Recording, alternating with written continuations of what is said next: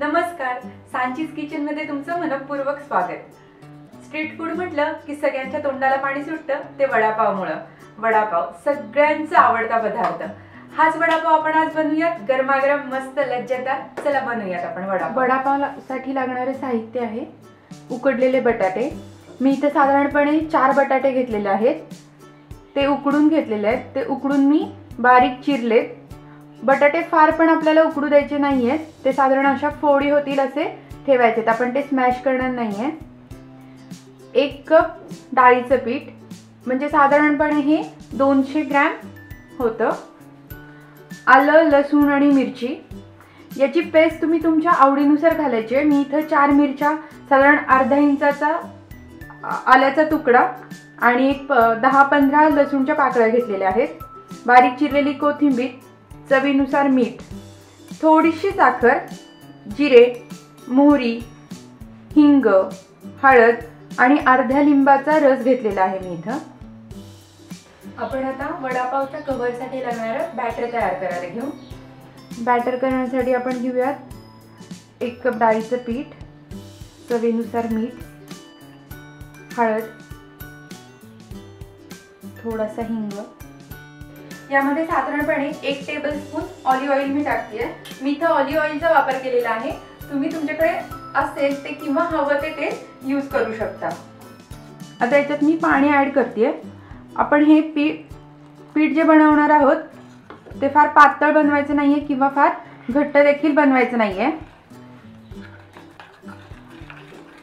याच्यात आपण अजिबात गुठळ्या होऊन द्यायच्या नाहीये।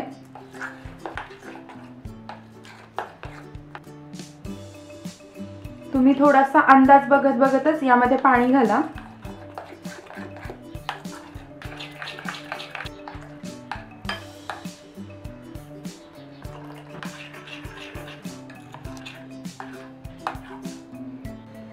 या बॅटर मध्ये मी सोड्याचा वापर करत नाहीये, त्यामुळे हे व्यवस्थित फेटून घ्यायचंय। हे व्यवस्थित फेटून घेतलं की आपले वडे क्रिस्पी होतील। याच्यामध्ये मी लाल तिखटाचा वापर केला नाहीये, पण जर तुम्हाला तिखट आवडत असेल तर तुम्ही थोडंसं लाल तिखट यामध्ये घालू शकता। आता आपलं हे बॅटर तयार झालेलं आहे। आता आपण भाजीसाठी फोडणी करूयात। ते फोडणी करून घेताना आपल्याला वड्यासाठी तळायला लागणारे तेल मी गरम करायला ठेवलेलं आहे। पॅन मध्ये मी साधारण 2 टेबलस्पून ऑइल गरम करायला ठेवलेलं आहे। गॅस बारीक करूयात। मोहरी तडतडली की आपण यामध्ये जिरे टाकूया, हिंग आणि हळद, आलं, लसूण, मिरचीची पेस्ट ही तुम्ही तुमच्या आवडीनुसार टाकू शकता। हे आपण व्यवस्थित परतवून घेऊ। मी गॅस बंद करते। आता आपण ही फोडणी बारीक चिरलेल्या बटाट्यावर घालूयात।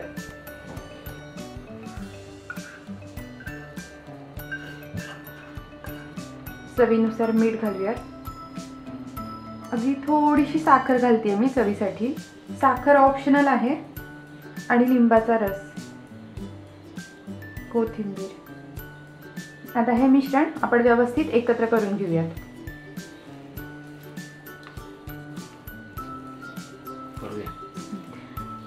हे मिक्स करताना आपण बटाटे थोडेसे स्मॅश करणार आहोत।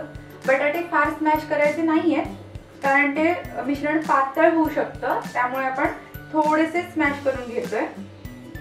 आणि आता याचे आपण वडे बनवायला घेऊयात। साधारणपणे असे याचे आपण गोळे बनवून घेऊयात। असा गोल बनल्यानंतर आपण त्याला थोडंसं प्रेस करून असं चपटा कडा बनवूया। हे बघा, अशा पद्धतीनं बाकीचे सगळे वडे मी बनवून घेते।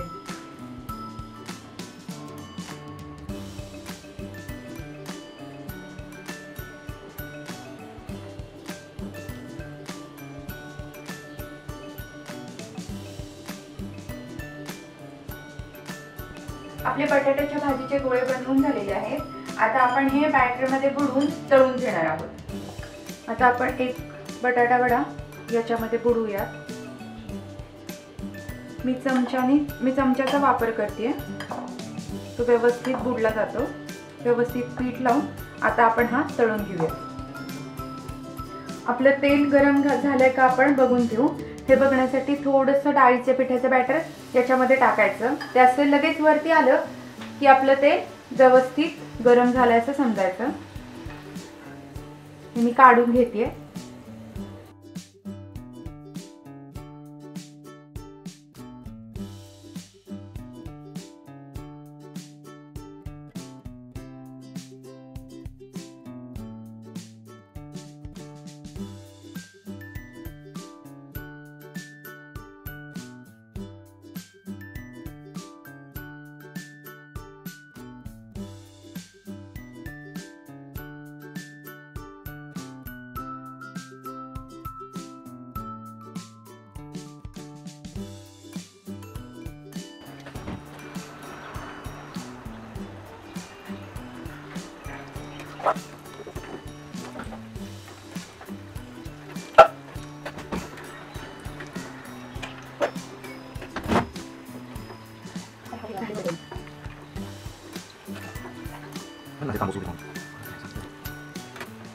बटाटे वड्याचा कलर आपल्याला बदललेला दिसतोय.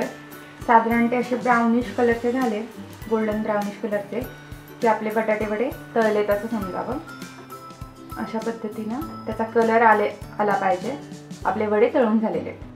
हे जे आहे हे तुम्ही व्यवस्थित काढून घ्या, कारण जी आपल्याला बाहेर वडापाव बरोबर चटणी मिळते ती चटणी देखील मी तुम्हाला करून दाखवणार आहे. आता आपलं जे हे एवढं बॅटर शिल्लक राहिलेलं आहे हे आपण तेलामध्ये टाकून तळून घेऊयात आणि आपण याची चटणी बनवणार आहोत. हे व्यवस्थित आपल्याला खरपूस तळून घ्यायचंय.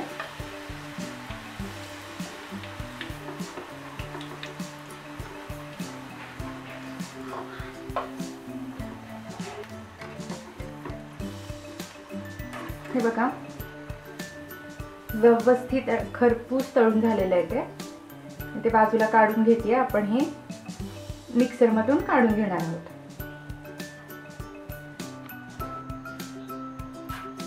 हे बघा हे असं कुरुम झालेलं आहे. आपल्याला जी वडापाव बरोबर चटणी मिळते ती याच्यापासूनच बनवली जाते. लाल तिखट आणि चवीनुसार मीठ. 3 लसणाच्या पाकळ्या घेतलेल्या आहेत मी. आता आपण हे मिक्सर मधून बारीक करून घेऊ. ही अशा पद्धतीने आपली चटणी तयार झालेली आहे. ही चटणी आपल्याला वडापावच्या गाड्यावर वडापाव बरोबर दिली जाते. वडापाव बरोबर मिरची सगळ्यांनाच खायला आवडते. ही तळायची कशी हे आपण बघूयात. ही मी मिरची घेतली आहे. ही मधून आपण कट करूयात अशा पद्धतीनं. हे बघा अशी व्यवस्थित कट करून घ्यायची आणि याच्यामध्ये मीठ भरायचं अशा पद्धतीनं आणि आपण हे तेलामध्ये तळून घ्यायचं. आता या गरम झालेल्या तेलामध्ये आपण मिरची तळून घेऊ.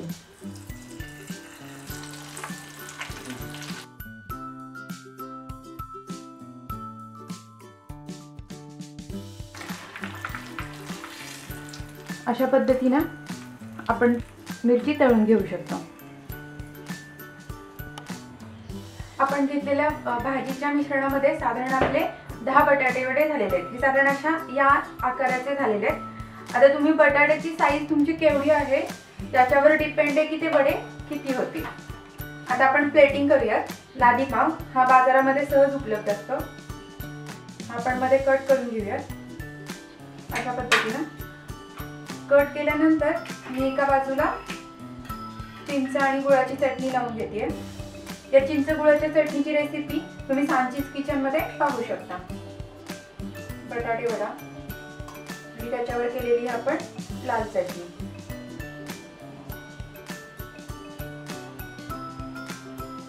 अशा पद्धतीने तयार आहेत आपले गरमागरम बटाटे वडे. सुटलं ना तोंडाला पाणी. गरमागरम वडापाव अगदी लगेच खावंसं वाटतंय नाही का? तर माझी ही रेसिपी तुम्हाला आवडली असेल तर प्लीज प्लीज प्लीज लाईक करा आणि माझ्या या सांचीज किचनला सबस्क्राईब करा. तुम्हाला काही सजेशन असतील किंवा काही कमेंट असतील तर तुम्ही नक्की माझ्या कमेंट बॉक्समध्ये मला कमेंट करा. धन्यवाद.